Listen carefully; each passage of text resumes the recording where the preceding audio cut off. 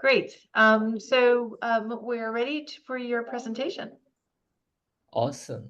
I Okay. see myself behind you. Yes. So this is what everybody else sees in the audience, and then I'm the moderator. So, um, but you can go ahead and share screen Hmm. and then start your presentation. Awesome. So, hi, Okay. good afternoon, everyone. So let's get started. So what I'm going to present today is something which has given us immense benefit at Intuit. And yeah, I will come down to my introduction as well. First, I think I would like to go over what we are going to gain from this presentation. So in case you want to hop out, that would be the right moment for you. So in this presentation, like we will basically go over Overwatch, like the idea behind its journey, all the challenges we encountered for building basically, I would say, a roadmap and kind of a navigation portal for all the cloud infrastructure of hundreds of clusters which we manage at Intuit at every single day. So, and I would be highlighting all the positive impacts it has had and how we are still using it post implementation each and every day.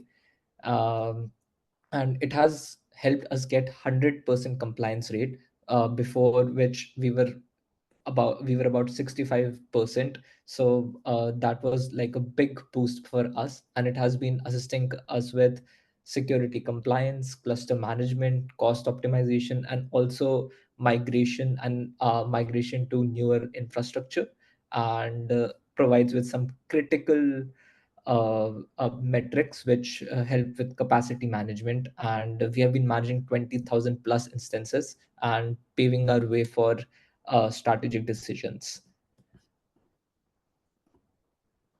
So about me. So I'm Garvit and I'm a software engineer at Intuit. So I hope some of you pay taxes. So if you do, $1 from your paycheck basically goes towards me, because I manage most of the stuff which is infrastructure side for TurboTax. So I graduated in 2021 from Carnegie Mellon, and I love hackathons. uh, in fact, last week I was at UC Berkeley AI Hackathon, uh, and all my time, whether it was during my undergrad or like during grad school at Carnegie Mellon, I loved participating in hackathons and churning out products within 36 hours. And many of them have also been turned out to be products which are still in use and people are using them and have been open sourced as well. Apart from this, in my free time, I have gotten really deep into fitness and nutrition. I've been working out quite regularly, almost like 5 times a week. I have basically lost myself to California cliche, and I love pickleball and play at least twice every week. And I've picked up a few new skills, and one of them is basically learning how to play ukulele. So I don't know if this session is interactive, but I would just like to know, what do you guys see, and what can you make out of this table?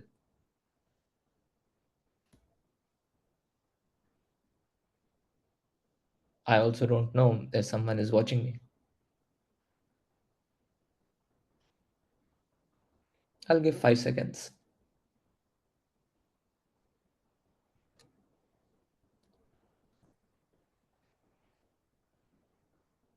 Okay, I guess I'm talking to myself. So I will go ahead with it. So this is basically a table which gives some essential metrics for your car, which is like car speed, fuel percentage, engine temperature, and like what gear are you at, and how much fuel are you left with. So, what do you think? Like, imagine your car dashboard having a spreadsheet right in front of you. How would you feel about it? I would definitely run out of fuel. And yeah, like I'm a very distracted person and a driver overall, so probably would bump into a tree or something super soon. But what do you think about this car dashboard? Why do you think this is better? So Yeah, you can see. In fact, if I go back to the previous slide, we are at 10% fuel, and I'm pretty dead sure if someone is watching me, no, you didn't notice that we are low on fuel. But why is it so easier and intuitive to watch it here? Because it is just a pretty layout, a pretty UI. So I want you to imagine a car dashboard, but for your Kubernetes fleet, for your whole infrastructure fleet, which gets and yields insights from hundreds of clusters and tens and thousands of instances. So this is the Overwatch revolution. We take like complex tons of Kubernetes management and transformed into like a smooth highway. So the basically efficiency is turbocharged through automated metrics gathering, automated gathering, and there's no manual intervention at all. So with real time visibility, like Overwatch enables you for spotting potential breakdowns well ahead of time, and uh, it also enables some historical comparisons, so you can make some great data driven decisions. So you'd be thinking why we even developed Overwatch, like why I got into this space. So there were a couple of problems. So for the whole infrastructure fleet, there was no holistic view at all.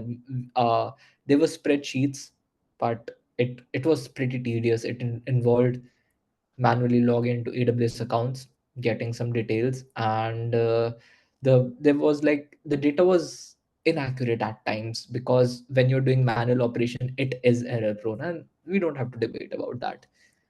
And the second issue was that they were since we were growing at a constant pace, like we were growing about a couple of clusters every week and thousands of instances every week, especially during the tax season. So the number of things which went out of compliance were drastically increasing.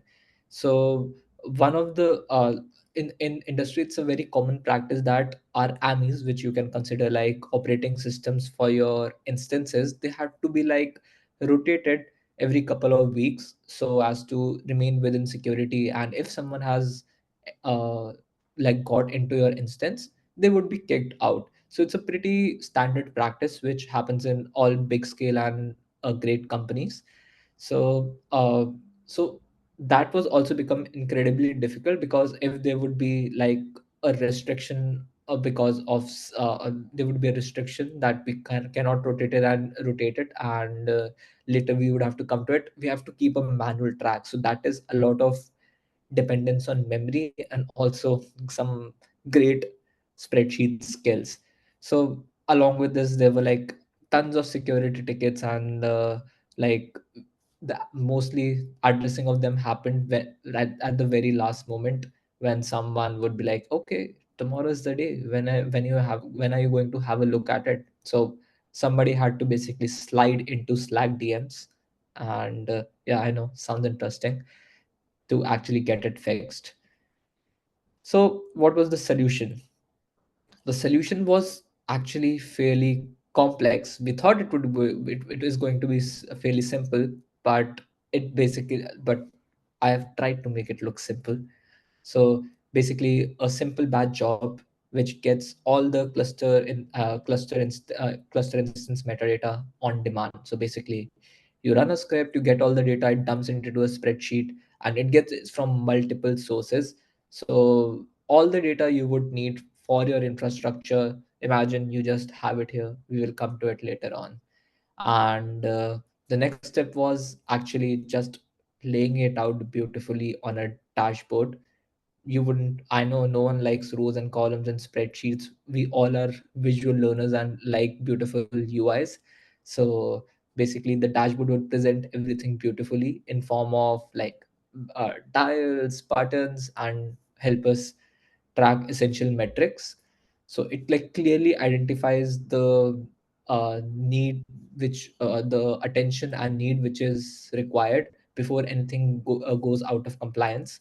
And it also helped us take great advantage of some cost saving opportunities.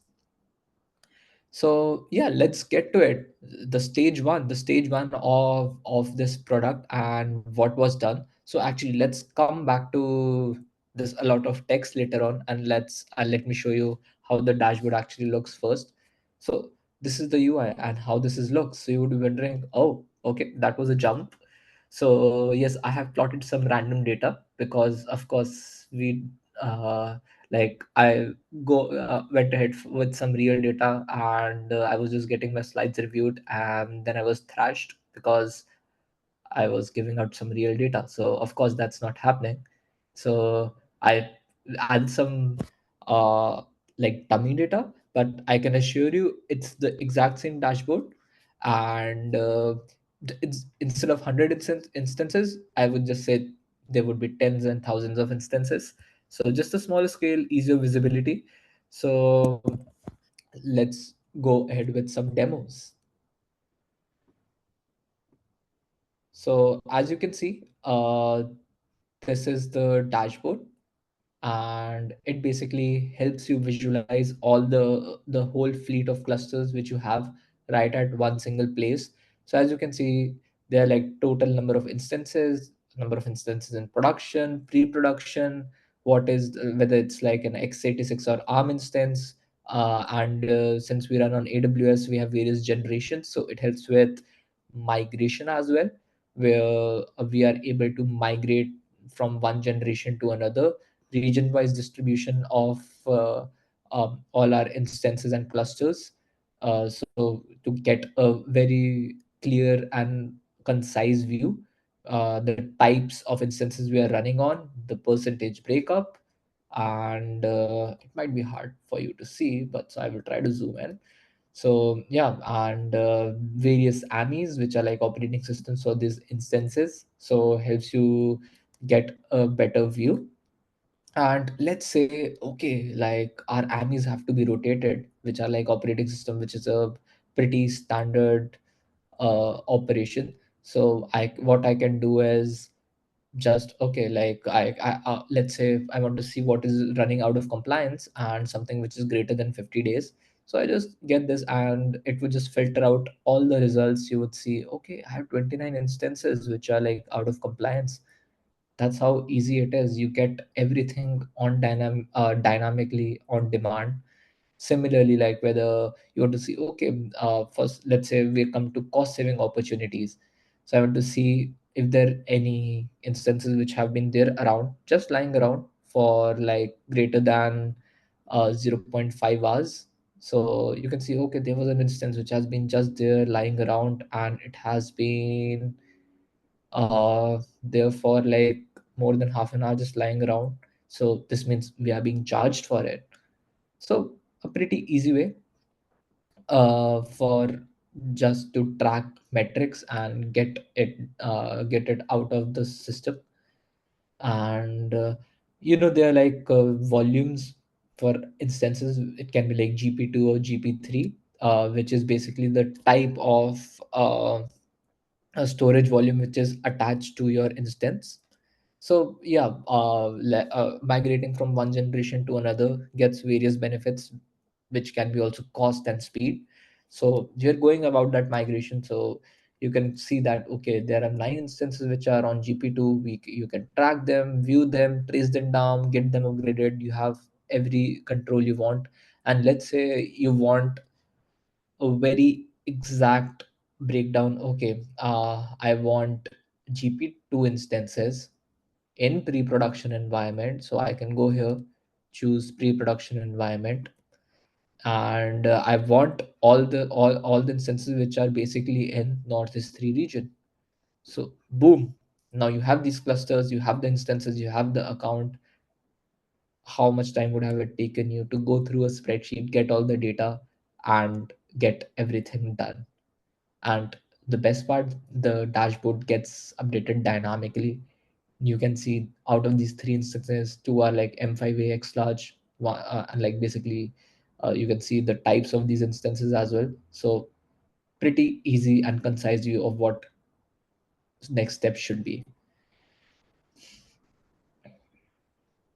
And one like highlight of this dashboard is also number of instances per cluster. So it helps you size, predict, and also get to know well in advance if we are running out of compliance or we are running out of if you would need more capacity in the future.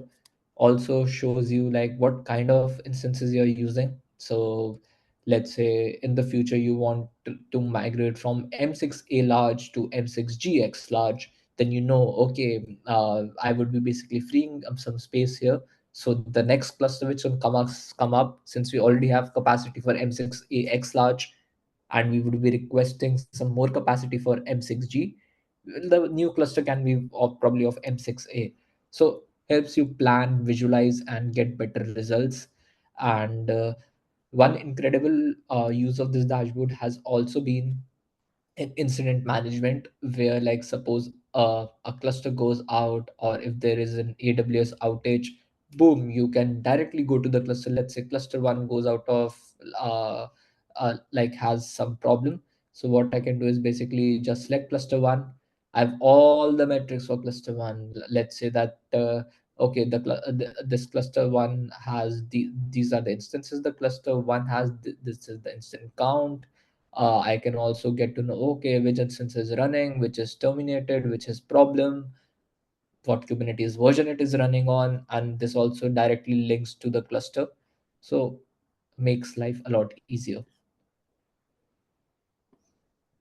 Now coming back to the presentation. So these are the few things which the features we discussed, and so basically these are like instances, different regions, clusters, region-wise distribution, like count of production, pre-production, x86, ARM instances, and AMI age, launch age, termination duration, and so on. But what do you think? What is missing here? There's one thing missing here. I give you 5 seconds just in case anyone wants to drop something in chat or maybe magically turn on the camera.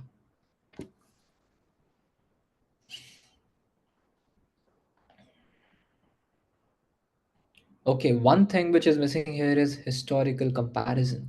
We do not have like data to compare what happened yesterday, what happened 1 month ago, how are we growing, how are we shrinking, how we can plan and predict better for the future. So that is a lacking part.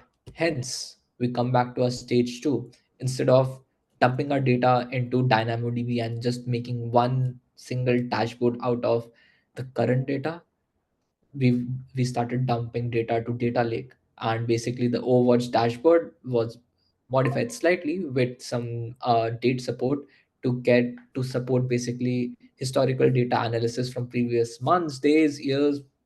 Store as much data as would you want. So the dashboard looks pretty similar to stage one, just there is capability to choose like date or calendar widget and analyze your trends. So this is how the new dashboard looks like. I do not have mock data for this, so that's the view you're gonna get. But as you can see right here, there's the date. You can basically get the same dashboard view, same stuff. It looks same. And I know this looks like a sus dashboard because a lot has been blurred out, but that's your dealt with. So as you can see, these are like, yeah, don't get fooled by these numbers. This is again not real data. This is some testing data. Just in case you were wondering, you got some real data, you are disappointed. You will be disappointed. So yeah, you just click on the date and you get the dashboard for that particular date. You can go around, go back, and see the trends, how you're growing. And the next step for this dashboard is basically to get some trends data, like maybe an additional screen, or like maybe some comparison of graphs and charts, which can show all these metrics compared day by day right next to each other. So let's come back to the architecture. So it's pretty simple. We run on Amazon Web Services and we have our end-to-end Kubernetes service. So this is an abstraction over Amazon Web Services, and we run our Kubernetes fleet over it. So it makes a lot easier for us to manage and run our services. So all our developers get a very uniform and clean format for developing their applications. So all that data is basically fetched. Basically, our EC2 instance metadata is fetched by using a Python script, and from the Python script, it is dumped into either data lake and into DynamoDB, and that data basically gets fetched by ClickSense, and ClickSense is where our Overwatch dashboard is hosted. So boom, it's very simple. You get data, run it, store it, and then present it. And the best part is that now we have automated all the script, so it happens every single day, and you get live view. It's refreshed every couple of hours, so helps us track, and it can be also refreshed using the API to basically get the details as needed on demand. So what are the benefits we gained out of this specific product? So the number one benefit is automation. The Earlier there was so much manual intervention, there was like a lot risk of errors. In fact, errors were made, there were problems, we were running out of security as well. So it really helped with us. And automation and efficiency, I would say, go hand in hand. Engineers had a lot more free time because like someone did not have to run it every day, did not have to spend time on figuring out, okay, this is running out of compliance, this is something new we have, this is something which we have to keep in mind 1 month from now. And of course, with a great UI and great power comes great visibility, and we were able to anticipate potential issues, optimize the performance, and respond quickly during incidents. And historical comparison, of course, it gives us kind of a view of making data driven decisions based on the previous year's performance, based in past months performance. So it is a great opportunity if you want to something do something like this as well, and I would be actually open to talking with you and also going through it deeply in case you are ever interested in having something similar for your use case at your company, or just you want to float around the idea and get to know more. And we got 100% security compliance. Maybe you can do even better. So, and apart from this, there were great opportunities for cost optimization as well. So what are next steps? We are not perfect, and I would say if we are perfect, no, we are not. Anyways, so uh, the next steps which are there for us are basically like adding more features for our dashboard, because though it has helped us a lot, there's a lot scope for improvement every single time, and we want to reduce burden from the engineers as much as possible. So we can get in some release information and some automated cost optimization opportunities instead of having like manual intervention and figuring out on our own. And right now we are on ClickSense, which is, I would say, equivalent of Tableau. It is just a data visualization tool, but I would say, I hope there's no one from ClickSense team here, but it's a little finicky. It runs out, it's slow, it cannot handle tons and tons of data, and the rate at which we are growing, we might need a better solution. So maybe a custom UI, it can be like built using some great web frameworks to provide us better flexibility and enhanced data representation. And we can basically choose, okay, this is the view which we want. And uh, like even right now in ClickSense, the buttons you saw, if I go into the depth of it, how difficult it was to get those buttons in place, though it looks super easy. Like for example, ClickSense does not support the graying out of buttons. When you click a button, it gets highlighted. When you hover over the button, it gets highlighted. When you click the button, it basically changes color from blue to gray to show that it was selected. So that is not natively built in ClickSense. That is something which had to be hard coded for every single button. And it gets finicky, like extension becomes a lot more difficult. So having a custom UI, maybe it's React, or anything else, it would be a great opportunity for us. So this was the Overwatch revolution, which has helped us a lot here at Intuit. And I hope you gained something out of this session, and it was great knowing you all and presenting in front of you all.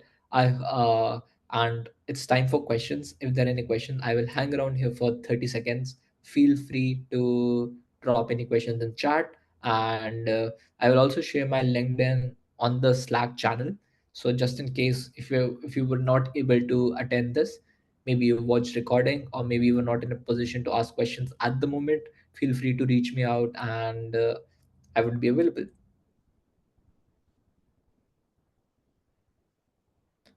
30 seconds start now.